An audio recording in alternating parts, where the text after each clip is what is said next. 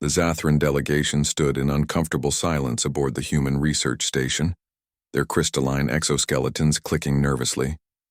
Ambassador Krelix held the containment unit close to his thorax, the dying creature inside barely visible through the frosted glass. "We apologize for this inadequate gift," Krelix's translator crackled. "Ravir was once the pride of our hunting reserves. Now he is nothing but a burden we cannot bear." Clara Wynne, a young xenobiologist barely 2 years out of academy, stared at the ambassador with confusion. She'd been called to the docking bay expecting a diplomatic meeting. Not this. Through the containment unit's window she could see the outline of something large and feline, its breath coming in shallow gasps. "I don't understand," Clara said softly. "Why bring him here if he's dying?" The ambassador's mandibles clicked in what the translator interpreted as shame. "Our medical technology cannot save him. The rot sickness has consumed his internal organs. We thought, perhaps you would dispose of him mercifully. We cannot. He has served our people for 3 generations. Clara felt her heart clench. The Zathran were an advanced species, their bioengineering capabilities far exceeding humanity's. If they couldn't save this creature, what chance did she have? But as she looked at the dying animal, something stirred in her chest. That peculiarly human impulse that had driven her species to domesticate wolves, nurse wounded birds, and bottle-feed orphaned wildlife. "Let me try," she heard herself say. The Zathran exchanged glances, their compound eyes glittering with something that might have been pity. They left the containment unit and departed without another word. When Clara opened the unit in her private lab, she understood why the aliens had given up. Ravir was massive, nearly 3 meters long, with midnight black fur marked by bioluminescent stripes that barely flickered. His 6 legs were tucked beneath him, and his double-rowed teeth were visible through cracked, bleeding lips. The stench of infection filled the room. "Oh, you poor thing," Clara whispered, fighting back tears. She spent the first 72 hours simply trying to stabilize him. The Zathran data was useless. Their medicine was designed for exoskeletal beings, not carbon-based predators. Clara worked from first principles, analyzing Ravir's blood, mapping his physiology, and running every scan her limited equipment allowed. The rot sickness was indeed devastating. It had eaten through his digestive system, leaving his organs barely functional. But Clara noticed something the Zathran had missed. The disease wasn't bacterial or viral. It was environmental. A slow poisoning from the synthetic atmosphere the Zathran maintained in their habitats. Humans had faced similar challenges for centuries, ever since they'd left Earth. They'd learned to adapt, to find solutions in the most unexpected places. Clara began a treatment protocol that would have seemed primitive to the Zathran. She changed Ravir's atmosphere to match Earth's, supplemented his fluids with organic compounds, and fed him through a gastric tube with a mixture of nutrients she synthesized herself.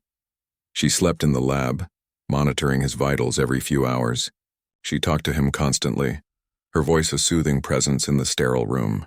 She cleaned his wounds, cooled his fever, and held his massive paw when his body convulsed with pain. "You're going to make it," she told him on the 6th night, though she wasn't sure who she was trying to convince. "Humans don't give up, and neither will you." On the 7th day, Ravir opened his eyes for the first time. They were amber and gold, with vertical pupils that focused on Clara with startling intelligence. His bioluminescent stripes pulsed once, twice, then settled into a steady glow. Clara laughed through her tears. "Welcome back." The recovery was slow but steady. Within 3 weeks, Ravir could stand. Within 6, he could walk. Clara modified her lab to accommodate him, creating an environment that balanced his biological needs with Earth-compatible conditions. She learned his body language, his vocalizations, the way his stripes changed color with his moods. The Zathran returned on the 60th day, expecting to collect a corpse. Instead, they found Ravir lounging beside Clara's workstation, his coat glossy and healthy, his eyes bright with contentment. When Clara scratched behind his auditory ridges, he emitted a deep, rumbling purr that shook the floor panels. Ambassador Krelix stood frozen in the doorway. "Impossible," the translator stammered. "We tried everything. Our best scientists, our most advanced treatments."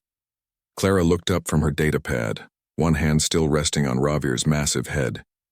"You tried Zathran solutions for a Zathran problem. But Ravir isn't Zathran. He's a living being with his own needs, his own biology. You just needed to see him for what he was, not what you wanted him to be. The ambassador's antennae drooped. How did you succeed where we failed? Clara smiled, and it was the smile of someone who understood something fundamental about her species. Because humans are really, really good at adopting things that don't belong to us and making them thrive anyway. We've been doing it for thousands of years. She stood, and Ravir stood with her, his shoulder reaching her chest. His bioluminescent stripes pulsed in a complex pattern. And Clara felt his mind brush against hers, a side effect of the bond they'd formed, something the Zathran had never achieved in 3 generations. Thank you for the gift, Clara said, but he was never yours to give away. He's his own being, and if he chooses to stay with me, then that's his choice. Ravir's purr deepened, and he pressed his massive head against Clara's side. The choice was clear. The Zathran left confused and humbled.